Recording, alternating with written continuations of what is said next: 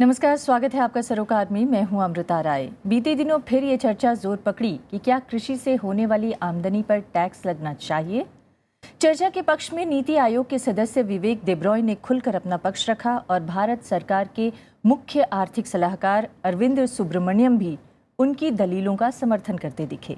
वैसे अमीर किसानों को टैक्स के दायरे में लाने की बात बजट के पूर्व पेश आर्थिक सर्वेक्षण में भी कही गई और नीति आयोग के 15 साल के विजन डॉक्यूमेंट में भी कृषि आमदनी को निजी आयकर के दायरे में लाने का प्रस्ताव हुआ। हालांकि वित्त मंत्री अरुण जेटली सफाई दे चुके हैं कि सरकार का कृषि कर लगाने का इरादा नहीं है, लेकिन मुख्य आर्थिक सलाहकार अरविंद सुब्रमण्यम के मुताबिक राज्य चाहें तो ये कर लगा सकते हैं।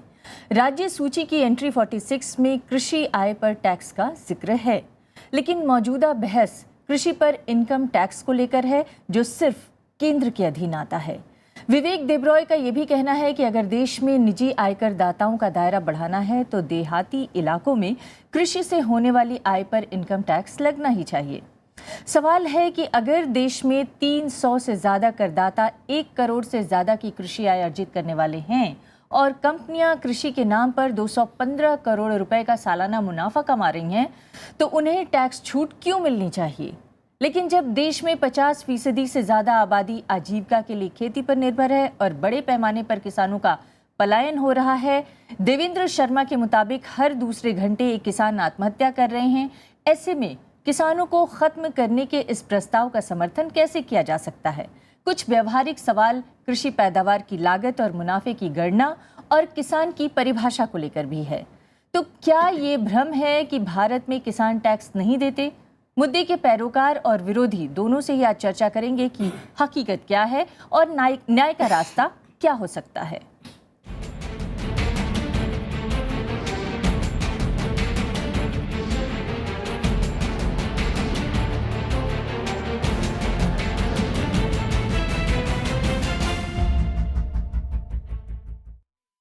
और इस मुद्दे पर बहस के लिए हमारे साथ हैं राकेश टिकैत। आप भारतीय किसान यूनियन के किसान नेता हैं। इसके अलावा हमारे साथ हैं वीएम सिंह, आप राष्ट्रीय किसान मजदूर संगठन के कन्वीनर हैं। हमारे साथ हैं डॉक्टर वीजू कृष्णन, आप जनरल सेक्रेटरी हैं ऑल इंडिया किसान सभा में। और हमारे साथ हैं बीजेपी के नेता राजेश शर्मा, आप पेशे से चार्टेड अकाउंटेंट हैं। इसके अलावा हमारे साथ हैं गार्गी परसाई, आप सीनियर जर्नलिस्ट हैं। इसके अलावा यहाँ पर दिल्ली की जनता भी मौजूद है, लेकिन अपने एक खास मेहमान से आपका परिचय कराना ज़रूर चाहूँगी मैं। MS स्वामीनाथन, जिसे ग्रीन रेवोल्यूशन का जनक माना जाता है, एग्रीकल्चरल साइंटिस्ट हैं, वो हमारे साथ चेन्नई से जुड़ रहे हैं। आप सभी मेहमानों का बहुत बहुत स्वागत है और बहुत बहुत शुक्रिया अपना समय निकालकर हमारी इस चर्चा में शामिल होने के लिए। लेकिन अपनी चर्चा में आगे बढ़ें उससे पहले देखते हैं आखिर पूरी कहानी का जन्म कहाँ से हुआ है। क्या खेती से हुई आमदनी पर इनकम टैक्स लगना चाहिए? हाल में जारी हुए नीति आयोग के विजन डॉक्यूमेंट से इस सवाल पर बहस खड़ी हुई है। नीति आयोग ने कर दायरा बढ़ाने के लिए सुझाव दिया है। कहा गया है कि बहुत से लोगों को हर साल खेती से करोड़ों रुपए की आमदनी होती है, लेकिन वो 1 पैसा भी आयकर नहीं देती। हालांकि कृषि आय पर कर लगाने की चर्चा पहले भी होती थी, लेकिन इसकी सबसे मजबूत वकालत 2002 में प्रत्यक्ष करों के बारे में आई विजय केलकर समिति की रिपोर्ट में की गई। केलकर समिति ने कहा कि कृषि आय पर कर न लगाना दूसरे करदाताओं के साथ नाइंसाफी है। इससे लोग गैर कृषि आय को कृषि आय के रूप में दिखाने के लिए प्रोत्साहित होते हैं, यानी ये कर चोरी का माध्यम बन जाता है। केलकर समिति ने यह सुझाव दिया कि सभी राज्यों को संविधान के अनुच्छेद 252 के तहत एक प्रस्ताव पारित करके कृषि आय पर इनकम टैक्स लगाने के लिए केंद्र को अधिकृत कर देना चाहिए। इस मद में संग्रहित कर राशि को केंद्र राज्यों के बीच वितरित कर देगा। लेकिन एक मजबूत राय यह भी है कि खेती पर टैक्स लगाना हानिकारक होगा। इस विचार के पैरोकार भी बहुत से हैं। इस विचार के पक्षधरों का कहना है कि खेती देश की 50% से ज्यादा आबादी के लिए आजीविका का स्रोत है। टैक्स लगाने का असर पूरे कृषि क्षेत्र पर पड़ेगा। आमदनी के कई स्रोत वाले धनी किसानों पर कर लगाने के लिए दूसरे तरीके भी हो सकते हैं। फिर सवाल व्यवहारिकता का भी है। आखिर कृषि पैदावार की लागत की गणना कैसे होगी जिससे मुनाफे को तय किया जा सके? फिर ये महज एक गलतफहमी है कि भारत में किसान कर नहीं देते। वे इनकम टैक्स भले ही ना देते हों, लेकिन कई प्रकार के दूसरे परोक्ष कर उन्हें चुकाने पड़ते हैं। केंद्र ने कहा है कि कृषि आय पर कर लगाने का कोई प्रस्ताव उसके पास विचाराधीन नहीं है। तो फिर नीति आयोग इस बहस को क्यों आगे बढ़ा रहा है? क्या नीति आयोग इस बात को एक ट्रायल बलून की तरह उड़ा रहा है, जिसका मकसद लोगों की प्रतिक्रिया देखना है? राजेश जी, मैं अपनी चर्चा की शुरुआत भी आप ही से करना चाहूंगी। जब वित्त मंत्री ने यह साफ कर दिया है और सरकार ने ये कह दिया है कि कृषि पर टैक्स लगाने का इरादा नहीं है, तो फिर नीति आयोग इस बहस को आगे क्यों बढ़ाना चाह रहा है? हमारे साथ नीति आयोग के लोग नहीं हैं इस पैनल में, लेकिन मैं आप ही लोगों से ये जानना चाहती हूँ कि जब सरकार ये इरादा नहीं रखती तो बार बार नीति आयोग के सदस्यों की तरफ से ये चर्चाएं क्यों उठाई जा रही हैं? देखिए, सरकार इसलिए नहीं चाहती कि इस देश में अधिकतर किसान गरीब है। अधिकतर किसान 1 हेक्टेयर से कम जमीन रखने वाले 70% किसान हैं, तो ये करना बहुत ही हार्ड रहेगा, इसीलिए सरकार इसको नहीं चाहती और ये हमारे वित्त मंत्री ने बड़े अच्छे से क्लियर किया। पर नीति आयोग अपना पक्ष बताती है कि किस तरह से हम टैक्स को बढ़ा सकते हैं। वो नीति आयोग, मेरे को जो लगता है, 2 पहलुओं पे ज़्यादा उनका इंटरेस्ट है। एक, इंडिया के अंदर में कई ऐसी बड़ी कंपनीज हैं, जैसे मैं कावेरी सीड का नाम लेना चाहूँगा, 215 करोड़ की कमाई करते हैं, जिसमें से 186 करोड़ वो माफ़ी मांग लेते हैं क्योंकि एग्रीकल्चरल इनकम है। बाहर से मल्टीनेशनल कंपनी मोंटेसो आती है जो इंडिया के अंदर 138 करोड़ की कमाई करती है, उसमें से 94 करोड़ की माफ़ी मांगती है क्योंकि वो ऐसा है। तो इस तरीके के जो लोग हैं, मेरे को लगता है नीति आयोग का ऐसा मन होगा कि ऐसे लोगों को टैक्स नेट में लाना चाहिए, या कुछ ऐसे लोग हैं जो कि 10 एकड़ से ज्यादा की जमीन रखते हैं, बहुत बड़ी भूमि रखते हैं, ऐसे लोगों को अगर लाना चाहें, जिसके लिए नीति आयोग का मन लगता है। बहुत सारे लोगों को ये आशंका लग रही है कि कहीं ये सरकार के द्वारा निकाला गया कोई ट्रायल बैलून तो नहीं था जिसमें लोगों की प्रतिक्रिया देखने की कोशिश की जा रही है। कभी भी ट्रायल बैलून था ही नहीं। हरदम से ये नीति बहुत क्लियर है कि किसी भी तरीके से, तो सरकार, ये कहीं ना कहीं एक मिथ पैदा हो गया है कि हम इसको टैक्स कर सकते हैं। मैं आपको एक चीज बता दूं, जिस तरीके से आपने एंट्री 46 की बात करी, एंट्री 82 अगर हम देखें सेंट्रल टैक्स की, अगर हम लिस्ट में देखते हैं, तो सेंट्रल जो लिस्ट है जिसपे सरकार, केंद्र सरकार कुछ काम कर सकती है, उसमें एंट्री 82 कहता है कि हम कर लगा सकते हैं, हम टैक्स लगा सकते हैं अदर देन एग्रीकल्चरल इनकम। तो हम टैक्स लगा ही नहीं सकते हैं, केंद्र सरकार तो लगा ही नहीं सकती, स्टेट की सरकार लगा सकती है। उनको एंट्री 46 में ये प्रावधान है कि वो लगा सकती है। और अगर हम इनकम टैक्स एक्ट को भी देखें तो सेक्शन 10 का पहला प्रोविजन ही उसको विजय केलकर रिपोर्ट है 2002 की, जो अलग तरीके से टैक्स वसूलने की बात कह चुका है। लेकिन बहरहाल मैं स्वामीनाथन साहब के पास आना चाहूंगी। मैंने बीजेपी के प्रतिनिधि की प्रतिक्रिया इसलिए ली, स्वामीनाथन साहब, ताकि आपको इस बहस में को आगे बढ़ाने का एक रास्ता मिल सके। हम लोग जानते हैं कि आपकी राय क्या है, फिर भी मैं ये जानना चाहती हूँ कि जब अमीर किसान, जैसा कि एक बीज कंपनी का इन्होंने उदाहरण भी दिया और ऐसे तमाम बीज कंपनियों के उदाहरण हमारे सामने हैं, जब 200 करोड़ 400 करोड़ के उनके मुनाफे सामने आते हैं सालाना, तो उनको आयकर में छूट क्यों दी जानी चाहिए, ये कहकर दलीलें दी जाती हैं। और इस दलील को आप कहाँ तक सही मानते हैं? I think what is important to know is in India farming is a livelihood industry. It is not just a food producing machine as in many developed countries. It is the very soul of life of 60% of our population. And today the monsoon and the market are causing various difficulties to farmers. Monsoon, erratic monsoon, failure of monsoon, extensive drought, lack of water and so on. Similarly market, look at, we had 2 years ago celebrated the International Pulses Year. Dal, chana, these are very important for our food because they are the source of protein. But the pulses prices are low, farmers who grow them are in difficulty. Even chili, which is so important in Andhra, the chili prices are low. So the market control, the market management, an assured price. This is why the National Commission on Farmers, we recommended a procurement price of C2 plus 50%, cost of production plus 50%. The procurement should be done at that level.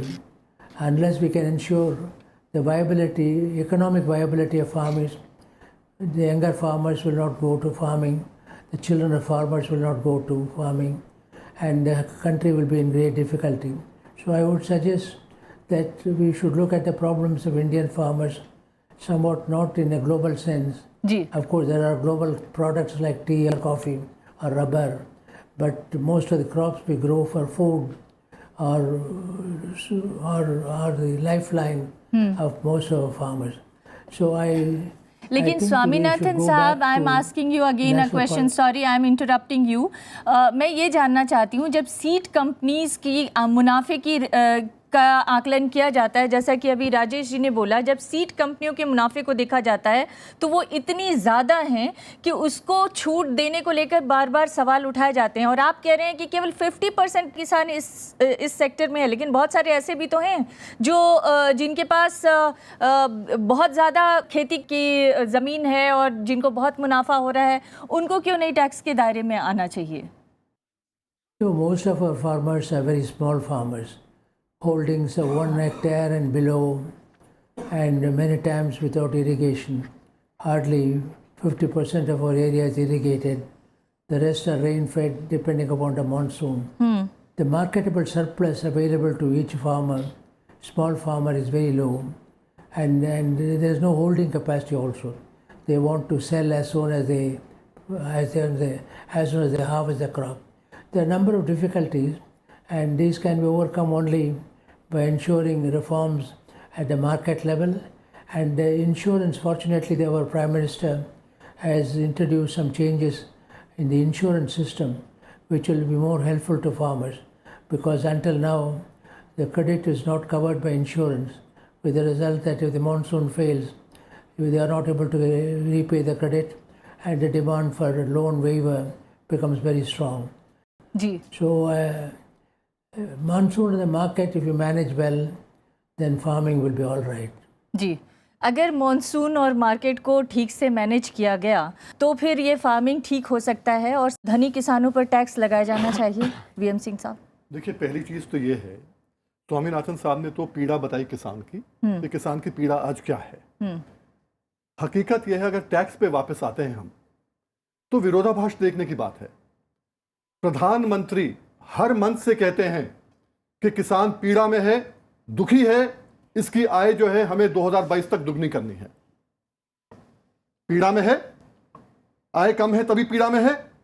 और उनके नीति आयोग को प्रधानमंत्री कहते हैं कि आप बताइए कि देश को बढ़िया कैसे किया जाए, ग्रोथ कैसे बढ़ाई जाए, ग्रोथ कैसे बढ़ाई जाए, नहीं देश कैसे शाइन करे। इंडिया शाइनिंग फिर से आ रहा है। तो उसमें जो है उन्होंने कहा, तो उसमें विवेक देबरॉय ने बताया कि एक तरीका है, जो पैसा आएगा तो देश के अंदर फालतू पैसा लगेगा। पैसा ज्यादा इसलिए आएगा क्योंकि ज्यादा संख्या 14 करोड़ किसान है आज, 13.8 करोड़ के वो जो किसान हैं उनके ऊपर जब इनकम टैक्स लगेगा तो देश के पास पैसा बहुत आ जाएगा और उससे देश जो है बढ़िया हिंदुस्तान, नया हिंदुस्तान बनेगा। अब बात यहां आती है, प्रधानमंत्री कॉन्फ्लिक्ट की देखिए बात। प्रधानमंत्री कह रहे हैं कि किसान बहुत बुरे हाल में है इसलिए उसकी आय बढ़ानी है, और वहीं उनका नीति आयोग कह रहा है कि नहीं, आप अच्छे हो, आप हमें इनकम टैक्स दे सकते हो। नंबर 1। नंबर 2, जहां तक सवाल उठता है इनका नीति आयोग के अंदर, नीति आयोग के अंदर देबरॉय बोल रहे हैं कि आपको टैक्स देना चाहिए, वहीं अरविंद पानगड़िया कह रहे हैं कि नहीं देना चाहिए। वित्त मंत्री कह रहे हैं कि नहीं, टैक्स नहीं लगेगा। वहीं पर उनके जो सलाहकार हैं अरविंद सुब्रमण्यम, वो कह रहे हैं नहीं, देबरॉय ठीक बात कर रहे हैं, इट शुड बी टैक्स। अब केवल बात यहां आती है कि किसान को तुम टैक्स क्या करोगे भाई।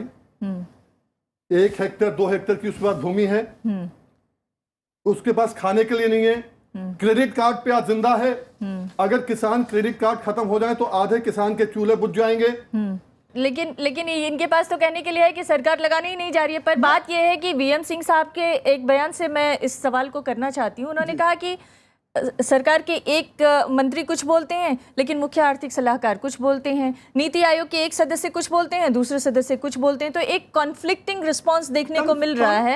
ऐसा क्यों है? कॉन्फ्लिक्टिंग मैडम कभी भी नहीं है। यहाँ पे जो हमारा फाइनेंस मंत्री है वो टैक्स लगाने के लिए आधारित आदमी है और वो ही जो करेंगे वो फैक्ट है, वो फाइनल है। और उन्होंने अपनी तरफ से, उन्होंने पार्लियामेंट में भी बयान दे दिया, हर जगह क्लियर कर दिया कि भारत में किसानों पर टैक्स किसी भी तरह से नहीं लगना है। और जैसा इन्होंने माना कि किसान के बारे में और वंचित पीड़ित लोगों के बारे में हर समय पीड़ा इस प्रधानमंत्री के अंदर रही है, तो ये लग ही नहीं सकता। लेकिन क्या आप भी इसके समर्थन में हैं कि किसानों पर टैक्स नहीं लगना चाहिए, या फिर धनी किसानों को इसके दायरे में लाने की कोई देखो, जहां तक किसान का सवाल है, किसान तो धनी हो नहीं सकता, कोई हेरा फेरी कर रहा है उसका सवाल नहीं है।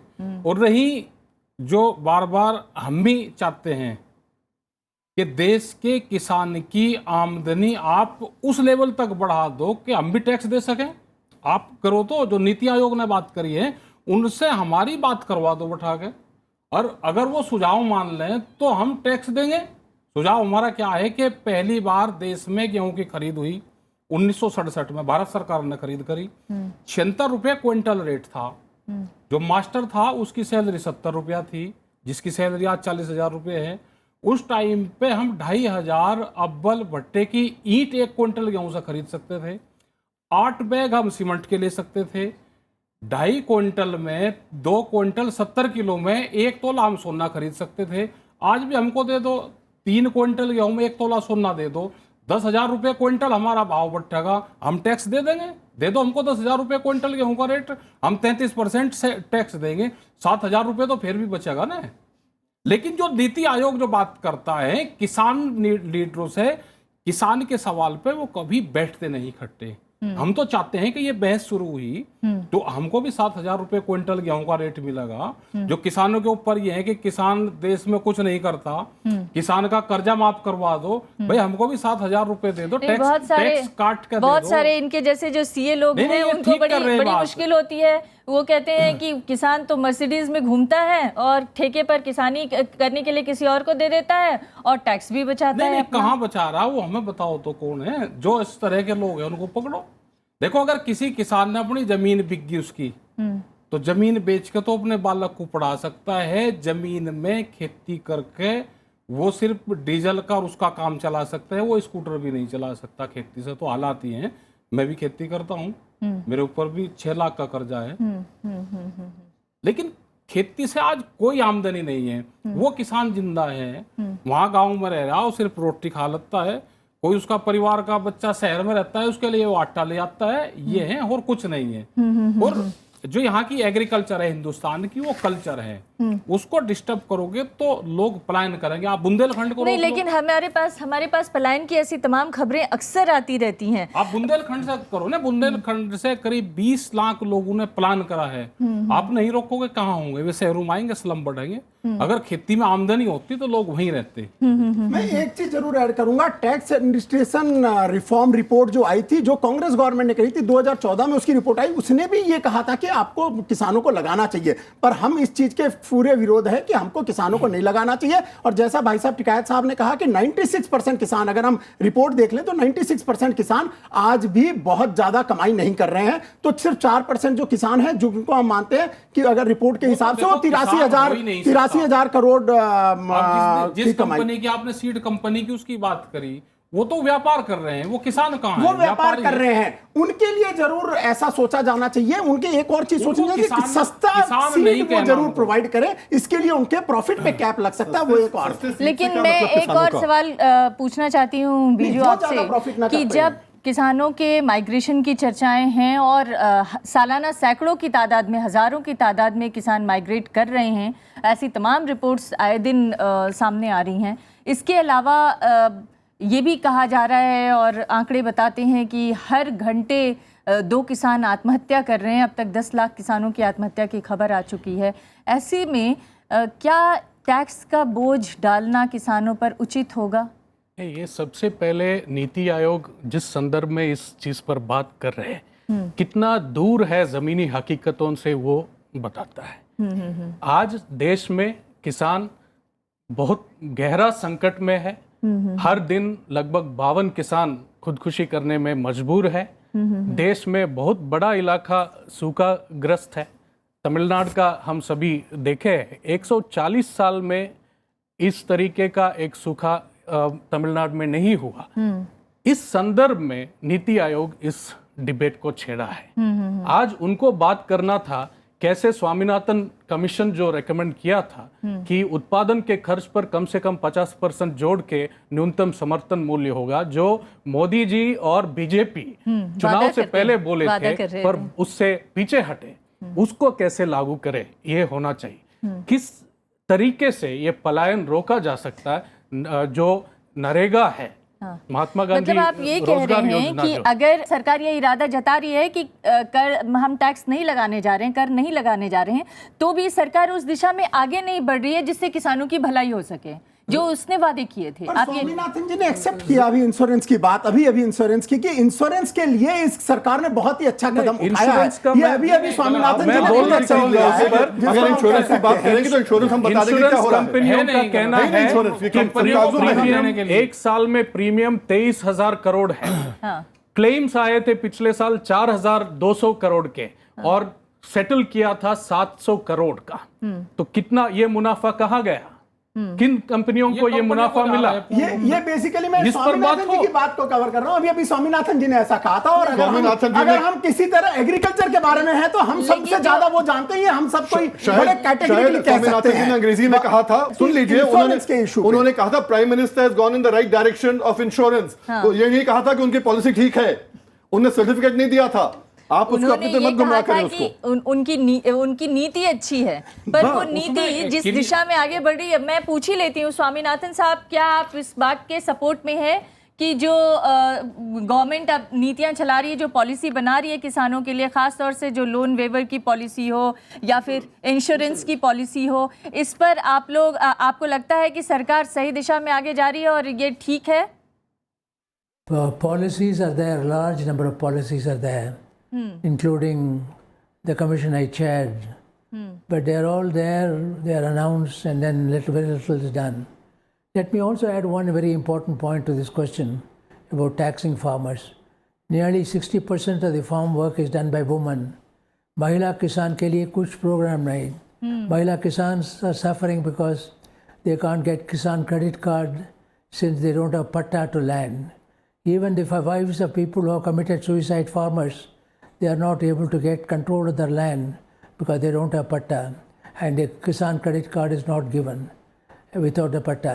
There are many problems faced by farmers, the economics of farming, and with climate change, new difficulties of weather are coming up, and if we neglect our agriculture, then we will be in great difficulty. And I think the Kisans are producing food at very difficult circumstances.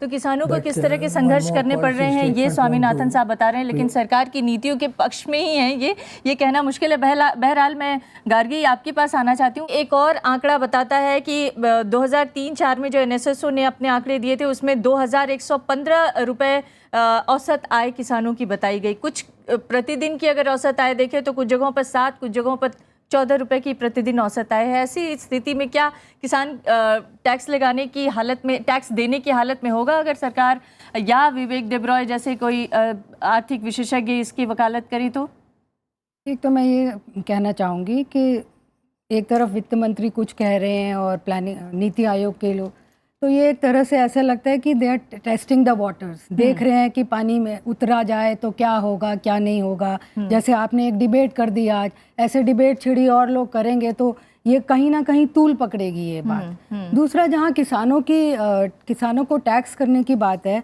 वहाँ जैसा कि कहा गया है कि किसान को सरकार ने कहा है कि 2022 में हम उनकी इनकम रेज कर पाएंगे।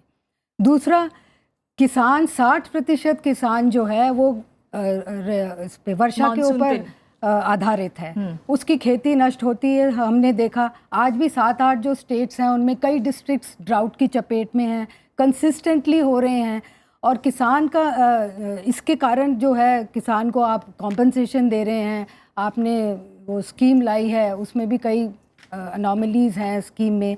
तो ये जो सारी चीज़ें हो के किसान आज किस तरह से सक्षम मांग रहे हैं। 2019 में मिनिस्ट्री ऑफ वाटर रिसोर्सेज ने कहा कि हम जो लास्ट माइल के जो प्रोजेक्ट्स हैं इरिगेशन के, हम उनको 2019 में ख़त्म करेंगे। तो आज तो किसान को टैक्स करने का सवाल ही नहीं उठता है, जब आपके खुद ही के आंकड़े, आपकी खुद ही की ऑब्जर्वेशंस बता रही हैं कि ना आप उनको सिंचाई दे पा रहे हैं, ना आप उनको। अच्छा, दूसरा आप देखिए, चाहे किसान बीज ले, लेकिन फर्टिलाइजर। गार्गी, माफ कीजिएगा मैं रोक रही हूँ, बहुत सारे जो इसकी वकालत करने वाले लोग हैं, इसके पक्ष के पैरोकार हैं, वो ये कहते हैं कि देखिए 2 लाख तक तो वैसे ही इनकम टैक्स नहीं देना है, तो जिनकी कमाई कम है उनको टैक्स तो वैसे ही नहीं देना पड़ेगा, चाहे वो किसान हो चाहे वो और कोई नहीं, पेशे ऐसा से कोई जुड़े हुए ऐसा लोग कोई हों। मापदंड सरकार ने निकाला नहीं है। मैं तो ये कहूंगी कि सरकार जो है go to the other end of the stick. जहाँ पे पॉलिटिशियंस कह रहे हैं हमारी 1 करोड़ की आमदनी है, खेती उसका सोर्स है, आप उसको एग्जेम्पशन में डाल दीजिए, आप वहाँ से शुरू करिए,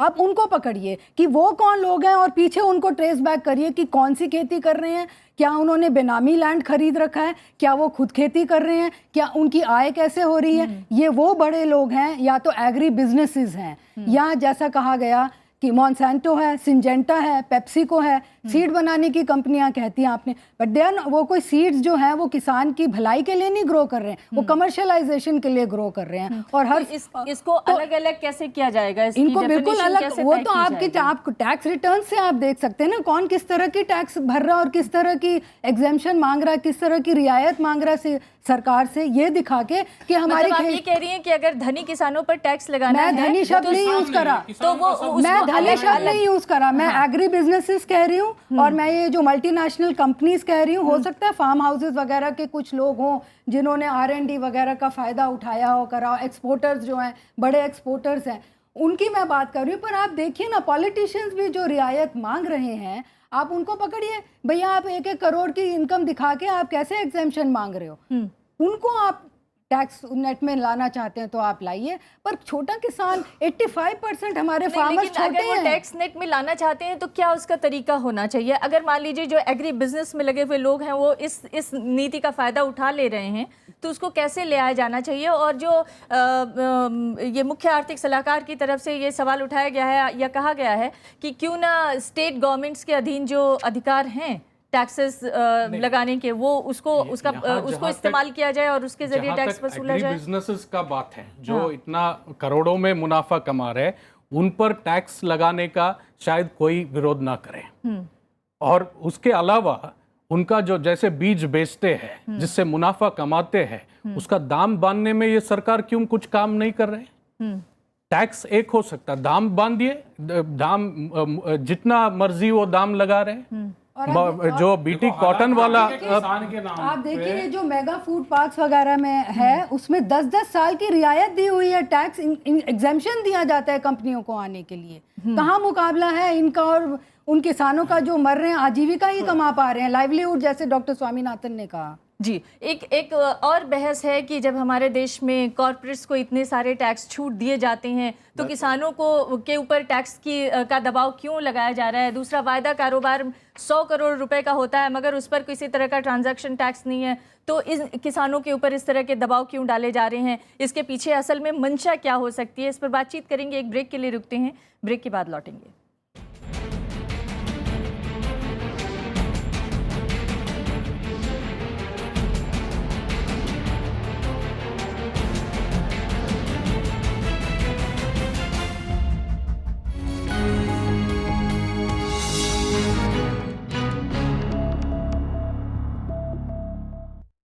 हमारे देश में एक हकीकत है कि सिर्फ 4% या उससे भी कम लोगों के पास 10 हेक्टेयर से ज़्यादा की ज़मीन है और बाकी ज़्यादातर किसान जो हैं वो 1, 2, 3 हेक्टेयर के आसपास की ज़मीनों पर खेती कर रहे हैं।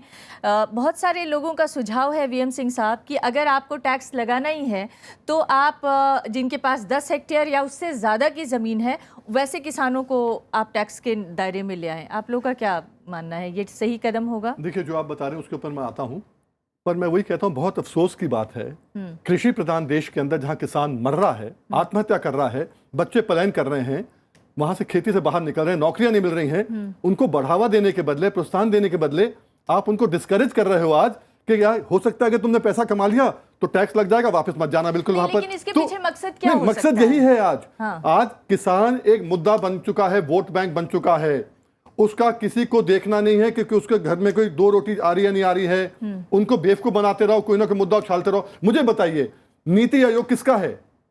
प्लानिंग कमीशन एक ही बात है, नॉमेनक्लेचर चेंज हुआ है, आपने बनाया है, आपके लोग कह रहे हैं। अगर ऐसी बात थी तो उस आदमी को बाहर निकाल देते। उसको सपोर्ट कर रहा है, कौन सपोर्ट कर रहा है?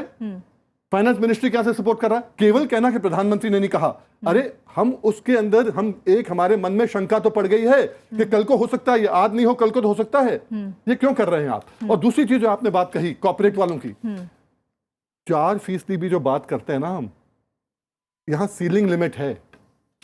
आपके पास अगर सीलिंग से ऊपर अगर है तो गैर कानूनी है, उसको इंप्लीमेंट करिए ढंग से।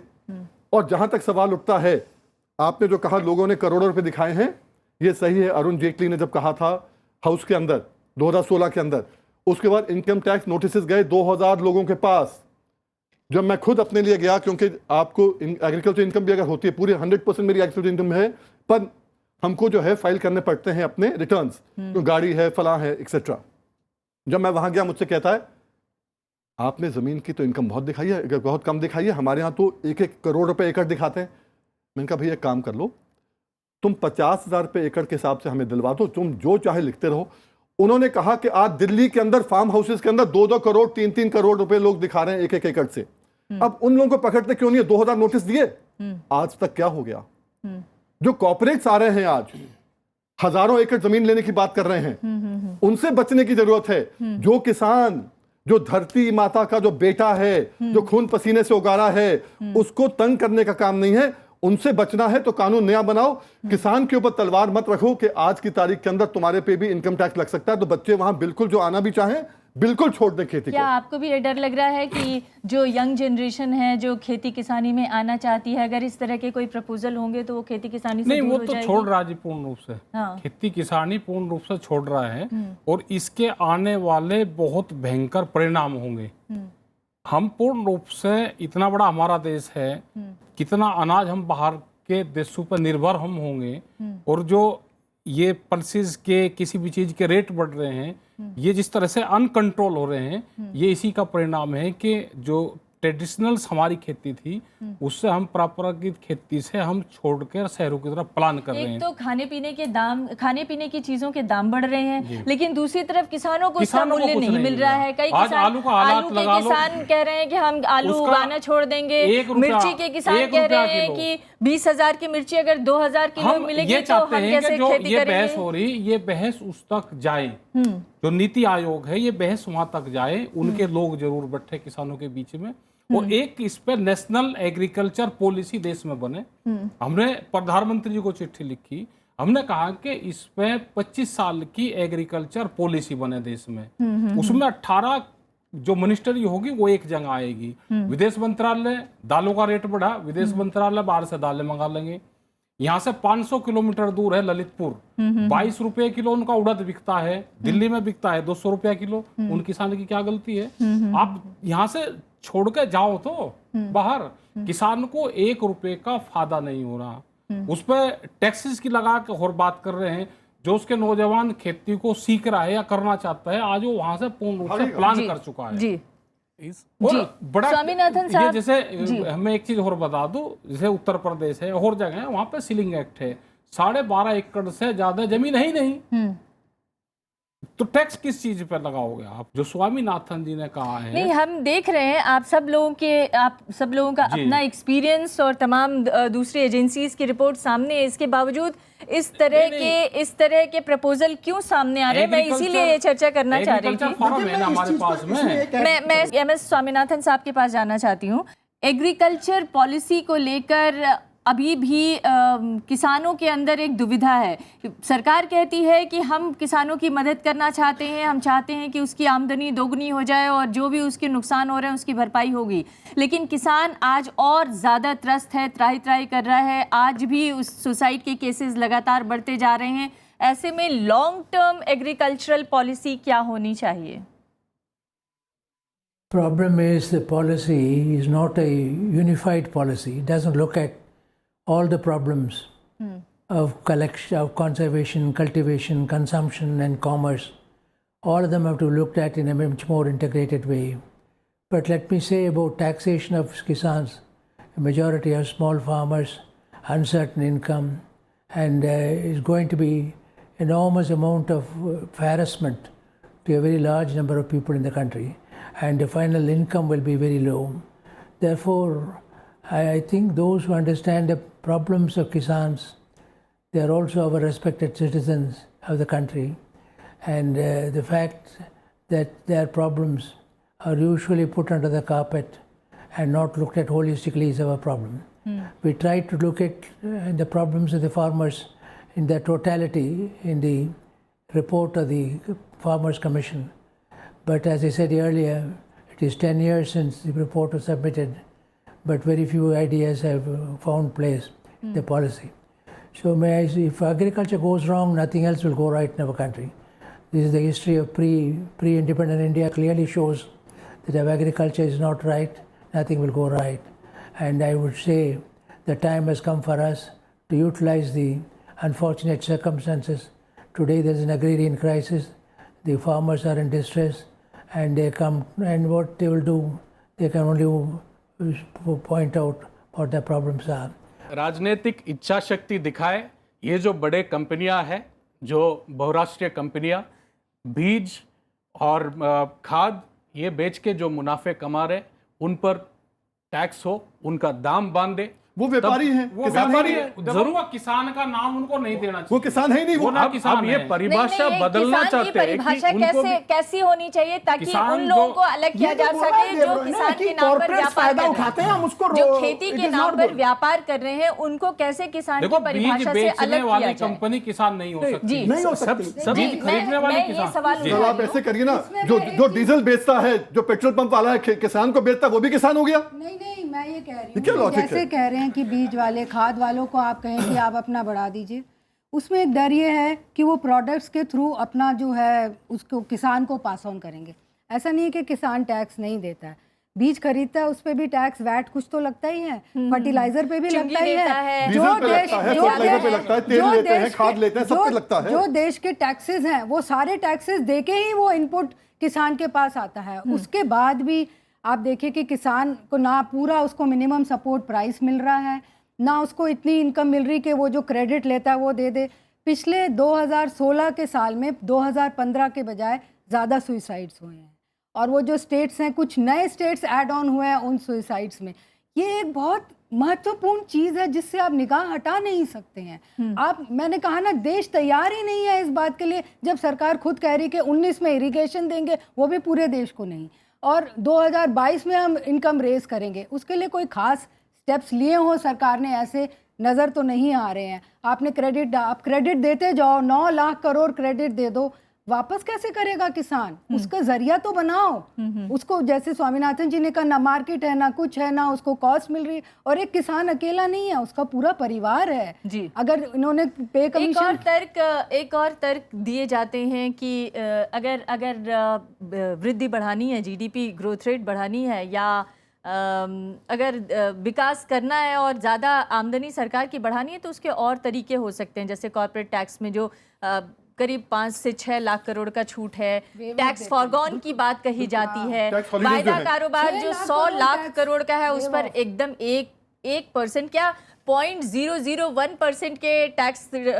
टैक्सेशन की बात कही गई थी, मगर वो भी आज तक लागू नहीं हो सका। अगर इन सब चीज़ों को कर लिया जाए तो जो टैक्स नेट बढ़ाकर राजस्व बढ़ाने की बात थी, उसमें मतलब उसकी जगह पर ये उसका फायदा मिल सकता था, मैं एक चार्टर्ड इससे रिप्लेस किया जा सकता था। मैं चार्टर्ड अकाउंटेंट होने के नाते ये एक चीज आपको क्लियर करूं, आप कि हम अगर ये देखें, अगर हम पूरी दुनिया को कंपेयर करें तो tax to GDP ratio India का 16-16.5% था, जो कि पिछले 2 साल में थोड़ा इंक्रीज किया है, जो 17.5-18% के आसपास गया। पर हम अगर इवन चाइना जो हाईली पॉपुलेटेड कंट्री है, अगर हम उससे कंपेयर करें, हम वर्ल्ड की कोई और कंट्री से, चाइना का 28% है, यूएस 25% है, ऑस्ट्रेलिया 25% है, हम ब्राजील देखते हैं तो वो 34% है, इवन हम अगर फ्रांस देखते हैं तो 47% है, जर्मनी 40%। तो इस तरीके से टैक्स टू जीडीपी रेशियो रहता है, टैक्स ज्यादा आय चाहिए। पर ये तमाम देशों का आप उदाहरण दे रहे हैं, इन देशों में किसानों के लिए और खेती करने वालों के लिए जो सुविधाएं दी जाती हैं, जो सब्सिडी दी जाती है, किसानों को वो टैक्स उसके की बात बारे नहीं में कर रहा हूं मैं। यहाँ पे ये दूसरे पहलू को बता रहा हूं कि इस यहाँ पे कॉर्पोरेट सेक्टर और ज्यादा लोग जो ये किसान टैक्स की चोरी कर रहे हैं, जिसके ऊपर लगातार कुछ काम होने के बाद में पिछले 2 साल में बढ़ा है, और इस साल जो मुझे लगता है डिमोनेटाइजेशन का इफेक्ट लोगों को अब समझ में आएगा, जब ये लास्ट डेट निकल जाएगी रिटर्न भरने की, उसमें बहुत अच्छे मात्रा में लोगों को अपनी रिटर्न भरनी पड़ जाएगी। अपनी एग्जेम्पशन मांग रहे हैं एग्रीकल्चर पे, व्हाइट को ब्लैक कन्वर्ट कर रहे हैं, आप कह रहे हैं डिमोनेटाइजेशन का इफेक्ट। मैं आपको एक चीज बता रहा हूं, ये जो व्हाइट को ब्लैक कर रहे हैं और ये जो इसका दुष्प्रभाव है और जो दुष्प्रचार कर रहे हैं और गलत तरीके से यूज कर रहे हैं, जिस तरीके से मैंने कहा कि हिमाचल के सीएम ने यूज किया, उस पर सीबीआई जाकर के काम कर रही है।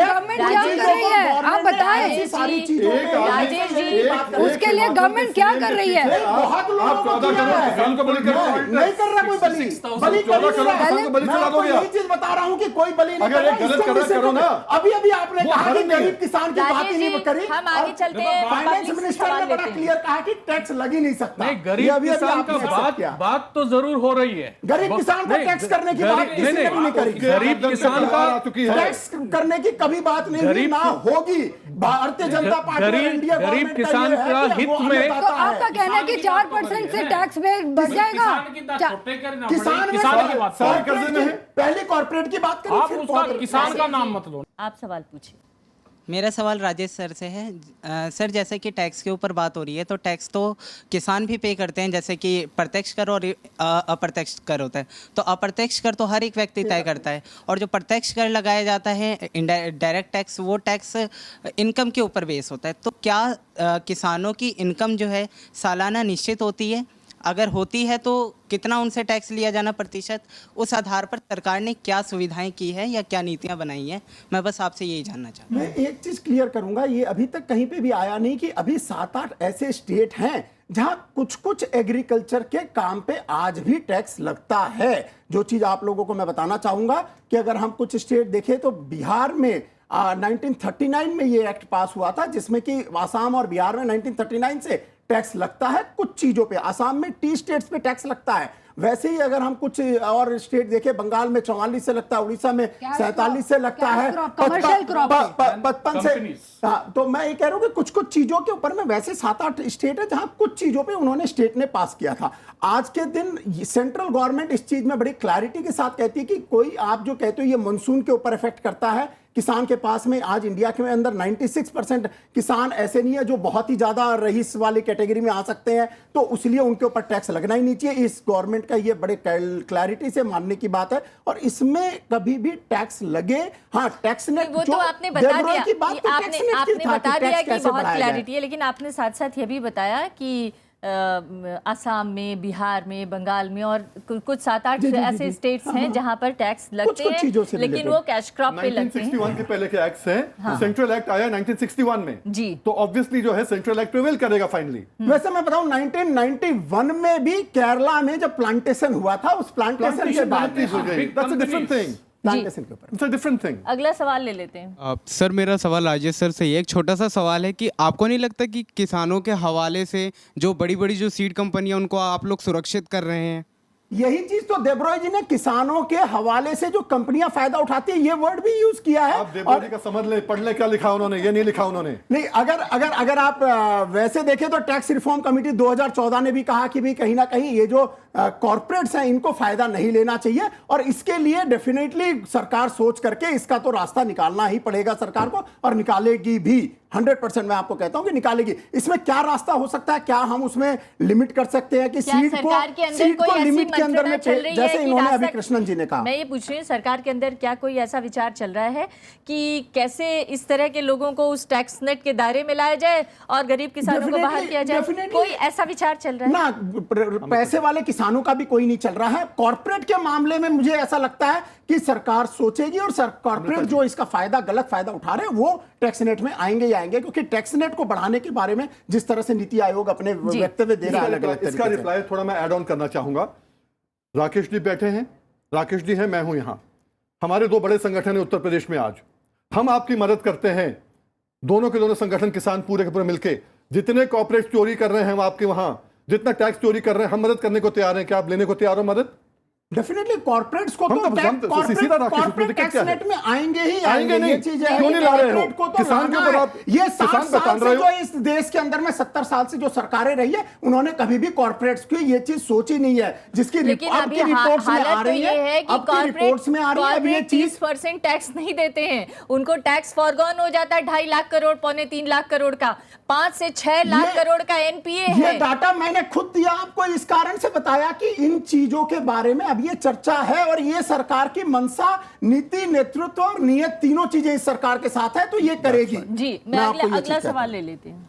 सर, बड़ा सीधा सा सवाल है कि क्या आपके वक्तव्य से हम ये समझें कि किसान सुरक्षित रहेगा, किसान पर किसी तरह का कोई दबाव या किसी तरह का कोई टैक्स नहीं पड़ेगा, इस तरह का क्या आप वादा करना चाहेंगे? पूरी तरह से वादा मैं करता हूं और हमारे भारत के वित्त मंत्री ने इस चीज का वादा कर दिया है। वो तो एक आदमी ने अपने टैक्स नेट बनाने के तरीके बताए, उसके ऊपर ये सारी डिबेट को मिसइंटरप्रेट करके डाइवर्ट करने की कोशिश करते हैं, जो दूसरी ताकतें होती हैं। हम लोग बचपन में एक सीरियल होती थी मुंगेरी लाल के हसीन सपने, उसी तरीके से हसीन वादे हो रहे हैं। हम लोग स्वामीनाथन कमीशन का लागू करेंगे, जो उत्पादन का खर्च पर 50% जोड़ के न्यूनतम समर्थन मूल्य होगा। ये वादा खुद मोदी जी का था, 400 से ज्यादा मीटिंग में ये कहे 14 दिन में गन्ने का पेमेंट होगा। इसका क्या हुआ? ये जो वादे, उसी तरीके से प्रधानमंत्री फसल बीमा योजना, 23,000 करोड़ इन कंपनियों को, बहुराष्ट्रीय कंपनियां हैं उसमें, ये स्वदेशी का बात करते, काफी बहुराष्ट्रीय कंपनियां हैं उसमें, 23,000 करोड़ रुपया किसान और सरकारें प्रीमियम में देते हैं और उसमें 4,000 करोड़ का क्लेम्स आते हैं और 700 करोड़ भी नहीं दिया जाता, क्लियर नहीं होता है। ये असली हकीकत है। मैं तो ये कहूँगी कि ये जो कैशलेसनेस हो रहा है, इससे भी ये टैक्स नेट बढ़ाने की ही बात होगी आगे जाके। अभी आप देखिए, अगर जीएसटी पे 40% मैक्सिमम लगा दिया है, कई चीज़ों के लिए हम 40%, 28-30% देंगे। हमारा इनकम टैक्स अगर 5 लाख से ऊपर है 20-30%, 70% हम अपनी आमदनी जो है या अपनी सैलरी जो है टैक्सेस में दे रहे हैं। आज ये हाल है देश में। कोई और सवाल पूछना चाहता है? जी सर, मेरा ये सवाल राजेश सर से है कि जैसे कि महात्मा गांधी ने भी एक बात बताई थी कि अगर देश की विकास करना है तो पहले किसान को ध्यान देना चाहिए। और मैं एक किसान का बेटा होने के नाते मैं ये प्रश्न पूछ रहा हूँ, जैसे कि किसान इतनी मेहनत करके यूरिया या खरीदने के बाद सब मान मिला के 50-60 हज़ार तक कमा लेता है, उसके बाद जब बैंक में भी वो जाते हैं तो उनको पहले ये भरना पड़ता है कि आपको मतलब को पैन कार्ड बना के लाओ या इतने पैसे आओ, तो उसके लिए टैक्स लगेगा और उसका सिर्फ प्रॉफिट के 10 या 20 हज़ार ही उसका प्रॉफिट रहता है, जबकि सालाना उसके इतने मेहनत करने के बावजूद भी अगर उसको सरकार मतलब कोई ऐसे मतलब वो एनजीओ वगैरह मतलब वो सिक्योरिटी नहीं दे रहा, तो इससे मतलब क्या वो मतलब आगे की वो क्या कर सकता है समय? मतलब अगर किसानों को सिक्योरिटी का भरोसा फिर भी नहीं हो रहा है इतनी मेहनत करने के बाद, तो सरकार की तरफ से सिक्योरिटी का कोई आश्वासन नहीं? मैं आपको एक चीज ऐड करूंगा कि हमारे यहाँ पे सालों से किसानों के बारे में बहुत कुछ नहीं सोचा गया। आज के दिन मैं ये कह रहा हूं कि ये क्लैरिटी के साथ में 2022 तक का टारगेट डेट इस सरकार ने दिया है कि हम तब तक किसान की आय को डबल करेंगे। और कुछ और चीजों को अगर मैं लूं कि हाँ टारगेट डेट लोग कहें कैसे पूरा होगा, ये भी चीज कहेंगे, पर मैं बोल रहा हूं जिस तरह से हमने 2018 तक का इलेक्ट्रिफिकेशन का हमने पूरा किया, हमने उज्ज्वला में सिलेंडर देने की बात करी, वो गरीब किसानों के घरों पे ही मिल रही है, उसमें 2 करोड़ से ज्यादा हम लोगों ने दे दिया और कई और चीजों में हमने टारगेट पूरे किए हैं। टारगेट आपने पूरे किए और 2022 तक का टारगेट है किसानों की आमदनी दोगुना करने का। अब 3 साल 3.5 साल होने जा रहे हैं, तो क्या सरकार अपनी तरफ से कुछ ये आंकड़ा इकट्ठा करने के लिए विचार कर रही है कि 3 साल में किसानों की कितनी प्रगति हुई? सरकार आते ही नहीं करी थी ये चीज, ये वादा सरकार ने आते ही नहीं किया था। ये फाइनेंस बिल के अंदर में वादा किया गया है, तो शुरू से हो रहा था। नहीं, 2022 तक का जो टारगेट दिया गया, ये डेट के साथ में जो टारगेट दिया गया वो 2022 तक का टारगेट दिया था, फाइनेंस बिल में दिया गया और उसके लिए सरकार ने अपनी इरिगेशन उसके बाद में हमें बढ़ाना है, पर एक डबल करना और ईयर के साथ में अगर कोई टाइमलाइन के साथ में किया गया तो तभी किया गया। और उस उस टाइम पे उस सरकार में, उस गवर्नमेंट के समय, उस वित्त वर्ष में सबसे ज्यादा आकलन सरकारी तरीके से कैसे irrigation को मिले अभी और यूरिया को मिले,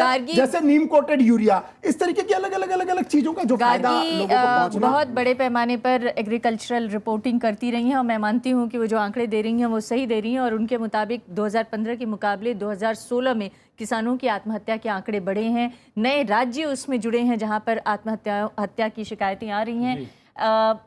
मैं ये जानना चाहती हूं कि एक तरफ टैक्स के नेट के दायरे में लाने की बात हो रही है किसानों की, दूसरी तरफ किसानों की हकीकत में जो स्थिति है वो देश के सामने है। आने वाले दिनों में अगर इस पर टैक्स लागू हो जाता है तो क्या तब भी आप लोग खेती करते रहेंगे या फिर कोई और पेशे की तरफ आगे बढ़ने के बारे में सोचेंगे? नहीं, जिस तरह से प्लान हो रहा है और ज़्यादा प्लान बढ़ेगा और आने वाले टाइम पे सरकारों की एग्रीकल्चर नीति ठीक नहीं होगी तो और आत्महत्याएं बढ़ेंगी, ये चीज़ें होंगी। और अगर हालात यही रही तो किसान खेती छोड़ देगा। नेशनल एग्रीकल्चर हॉलीडे किसान मनाएगा। किसान आज भी हमारा पूरा प्लान ये है कि किसान अगर उत्पादन बढ़ाता है तो उसको कीमतें नहीं मिलती, उसको उत्पादन कम करना पड़ेगा, ये हमारी पॉलिसी रहेगी। और जब सरकारें बाहर से खरीदेगी तो जब सरकार के दिमाग में आएगी और पोर्ट पर लेकर आएंगे तो आंदोलन होगा।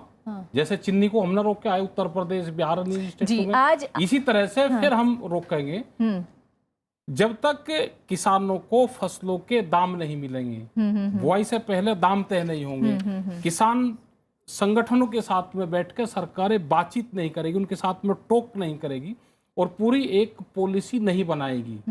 और जहां तक वो तो ठीक है, आप बार बार कह रहे हैं किसान संगठनों के साथ कोई बातचीत नहीं होती है, फैसले ले लिए जाते हैं, लेकिन अगर फिर भी नहीं होती है होगा तो आंदोलन होगा देश में। और क्या होगा? आंदोलन से सब चीज रुकती है। आंदोलन तो होगा। दिल्ली के चारों तरफ कौन रहता है? दिल्ली के 300 किलोमीटर में किसान बचता है। अगर दिल्ली की राजधानी यहाँ पे होगी तो ये फैसले नहीं ले सकते, फिर फैसले जबरदस्ती रोके जाते हैं। जी, आज हमारे देश में अनाज को लेकर आत्मनिर्भरता है। हम इतने आत्मनिर्भर हैं कि हमारे पास जितनी ज़रूरत है उससे ज़्यादा खेती हो रही है और अनाज पैदा हो रहे हैं। एक वो भी दौर था जब हमें बाहर से आयात करना पड़ता था और ग्रीन रेवोल्यूशन का नारा दिया गया था। जब इस तरह की बातें सामने आती हैं तो क्या किसानों को डर लगता है कि कहीं इस तरह की बातें आएंगी तो हम किसानी छोड़ देंगे और इससे फिर हमारी जो आत्मनिर्भरता है वो कमज़ोर पड़ेगी? देखिए, दो चीज़ें हैं। पहली चीज़ यह है, जैसे आपने कहा, हमें बार बार सिखाया जाता है कि तुम्हारा उत्पादन कैसे बढ़ेगा। योजनाएं लेके आते हैं, नीति आयोग, इतने बड़े बड़े महाविद्वान वहाँ हैं जिनने कभी खेत नहीं देखा हो, वो हमें सिखाते हैं। रंगराजन, आपको याद होगा, गन्ने के लिए वो बात करते हैं, जो रिजर्व बैंक के ठप्पे लगाते थे, किसान को कह रहे हैं गन्ना कैसे लगाना है। तो ये सब चीज़ें बदलनी पड़ेंगी। ये देश, जो आपने कहा, मैं राकेश की बात से बिल्कुल सहमत हूँ। आंदोलन की जो बात है, आपको याद होगा टैक्स क्या होता है, लगान। जब 100 साल पहले लगान चालू हुआ था, महात्मा गांधी ने चंपारण से आंदोलन किया था, याद है आपको? 100 साल अभी हुए हैं और किसान ने वहां से सीखा है। तो कोई सरकार में इतनी ताकत नहीं है कि आंदोलन को रोक पाए, नंबर 1। नंबर 2, यहां पर मेन चीज क्या है? आज प्लानिंग कमीशन को आपने बदल के नीति आयोग कर दिया। अब मैं तो आपको एडवाइस दूंगा, राजेश जी जाके कहिए, नीति आयोग को बदल के नियत आयोग कर दो। नियत की कमी है आप लोगों में, केवल नीति बहुत है, पर जिस दिन इसके नीति आ गई और नीति के ऊपर आपने जो है, नीति तो है बहुत, जैसे स्वामीनाथन जी ने कहा, बहुत नीतियां हैं यहाँ पर, नियत नहीं है आपकी। नियत साफ हो गई। कृषि प्रधान देश में किसान को आपने दर्जा दिया जो उसको मिलना चाहिए। हम ऊपर जब खाना खाते हैं, भगवान को कहते हैं नमस्कार, बहुत बहुत धन्यवाद। कभी किसी ने हमने कहा है कि किसान बहुत बहुत धन्यवाद, तूने लगाया है खाना मेरे लिए? जिस दिन किसान की इज्जत करना सीखेंगे, खेती फिर जिंदा हो जाएगी यहाँ पर। हालांकि खेती, जैसे मैं एक चीज का सवाल का जवाब दे दूं, क्योंकि जब देश में 2007 से पहले हम अगर पूरे आंकड़े देखें तो बाहर से देश में गेहूं की खरीद हो रही थी। 2007 के बाद में कौन सी पॉलिसी आई कि देश में वही किसान हैं, वही लोग हैं, वही खेती है, वही सरकारें हैं और उसके बाद में उत्पादन बढ़ गया? और आज देश में कभी नहीं। प्रधानमंत्री मनमोहन सिंह थे, अक्टूबर महीने की बात थी और देश आत्मनिर्भर नहीं था व्हीट पे। प्रधानमंत्री जी ने टिकैत साहब उस टाइम पे जिंदा थे, उनको बुलवाया। पंजाब से हमारे अजमेर सिंह लाखोवाल थे, एक टीम हमारे यहाँ पे आई और उन्हें बैठकर 70 मिनट का डिस्कशन वो हुआ कि देश में गेहूं का उत्पादन कैसे बढ़े। तो टिकैत साहब ने पूछा, भाई कि आप किस रेट में बाहर से खरीद रहे हो? साथ उस टाइम पे 14 रुपया पर क्विंटल की बाहर से विदेश से खरीदती थी, जी ऑस्ट्रेलियन वेट बोर्ड से या किसी उससे खरीद रहे थे। उन्होंने कहा कि हमारे किसान को क्या दे रहे हो, हमारे किसान को दे रहे थे 640 रुपया। 640। तो उन्होंने कहा भाई अक्टूबर का महीना है, आप वहाँ का तो कॉन्ट्रैक्ट खत्म करो और अपने किसान का रेट बढ़ाओ। उन्होंने उसी मीटिंग में बाहर का कॉन्ट्रैक्ट लैप्स किया, खत्म किया और 1080 रुपए का रेट डिक्लेयर आज करा। आज की डेट में क्या रेट है? आज और की जो डेट में आप लोग- 1625। तो जो आप लोग उम्मीद करते हैं वो रेट तो मिल रहा है ना अभी? जी नहीं, नहीं बिल्कुल मिल रहा, नहीं, बिल्कुल नहीं मिल मैं रहा। बता रहा हूँ कि अगर तो देश के आप किसान, लोग क्या मांग करते हैं, हम- कितना रेट होना चाहिए? रेट तो हमारा आज करीब 6000 रुपया होना चाहिए, लेकिन 6000 रुपए दे नहीं सकते। आज डायरेक्ट सब्सिडी पे किसान को ले जाना पड़ेगा। आपने पूछा था कि 1625 जो रुपया है आप कितना मांगते हो। किसान से कोई पूछता नहीं है कितना मांगते हो, किसान को क्या मिलता है। आज 1625 किसी किसान को नहीं मिल रहा है। जो खरीद भी जो हो रही है, वो भी नहीं जो मिल रहा। कांटे लगी हैं, उस पे भी जो दलाल बीच पे बैठा है 100 रुपए 150 रुपए क्विंटल वो खाता है। किसान को 1450-1500 रुपए मिलता है आज भी। उसका कुछ नहीं और होता। उसमें इंपोर्ट Minimum ड्यूटी support भी शून्य मिलता। करते हुए बाहर से यूक्रेन, ऑस्ट्रेलिया ये से नहीं कि हमारी 1300 लागत कितनी आ रही, ये नहीं है कि हम आज जी, उस ये चीज भी को गेहूं किसान आयात को की बात नुकसान, कही। हमारे जी। यहाँ के किसान को नुकसान ही। सबसे पहले जो बहस होना चाहिए इस हाँ। देश का किसान का आज जो हालत है उसमें सुधार कैसे हो सकता है। वो खेती से जो पलायन हो रहा है उसको कैसे रोका जा सकता है। उनको जो खेती में जो इन्वेस्ट करते हैं उसके हिसाब से कैसे एक लाभदायक एक न्यूनतम मूल्य होगा और उसका सरकारी खरीद भी होगा, खरीद भी होना चाहिए। कि दाम आप घोषणा कर दिए 5050 एक क्विंटल अरहर दाल का, वहां का किसान को 4000 भी नहीं मिल रहे और मोदी जी जा रहे हैं मोजाम्बिक के किसान को उससे ज्यादा देने के लिए 7700 के आसपास। और यहाँ हमारे किसान के लिए उत्पादन का खर्च, इसमें मैं कहना चाहता हूँ तेलंगाना में 8000 रुपया के आसपास है उत्पादन का खर्च, वहां का राज्य सरकार दिया आंकड़े, और आप दे रहे 5050 आपका न्यूनतम समर्थन मूल्य है। कहां से किसान ले आएगा? खेती कहां से होगा? और ये कुछ लोग कहते हैं कि ऑस्ट्रेलिया, अफ्रीका और लैटिन अमेरिका में जाके खेती होगा। बड़े बड़े कंपनियां जैसे पहले यहाँ पे भी कॉर्पोरेट को ले आना चाहते हैं। उसमें मॉडल कॉन्ट्रैक्ट फार्मिंग एक्ट अभी एक बात कर रहे हैं जिसमें वर्ल्ड इकोनॉमिक फोरम का जो है पीपीपी के नाम पे, पब्लिक प्राइवेट पार्टनरशिप के नाम के, इन बड़े कंपनियों को ले आना चाहते हैं। हाँ, स्वामीनाथन साहब आप कुछ कहना चाहते हैं? Your last take. I only want to say that today's greatest challenge in India is employment. Agriculture can alone promote job-led economic growth. Industry promotes jobless growth. If we want a happy India and a new India of the Prime Minister's vision, then agricultural progress, the problem of farmers should be overcome without further delay. They cannot be put under the carpet and they cannot be allowed just to defend themselves. If farming goes wrong, nothing else will go right in the country because you will have joblessness, a more extensive malnutrition, and many other problems we have. So I hope that such discussions will lead to greater clarity of the farmers' issues. And listen to the farmer. More so to you say, before you advise the farmer, listen to the farmer. That's what we should do now. जी, आपने बहुत अच्छी बात कही। मैं इसी के साथ इस चर्चा को ख़त्म करना चाहूँगी, हमारे पास वक्त नहीं रह गया है, लेकिन आपने जो बात कही वो सचमुच रिमार्केबल है कि जब देश में इतने बड़े पैमाने पर बेरोज़गारी है और किसानी यानी खेती जो सबसे ज़्यादा रोज़गार पैदा करने वाला पेशा है, क्यों ना उसको और ज़्यादा बढ़ावा दिया जाए ताकि बेरोज़गारी की समस्या को दूर किया जा सके। बहुत बहुत शुक्रिया हमारी चर्चा में शामिल होने के लिए आप सबका। आपका भी धन्यवाद। नमस्कार।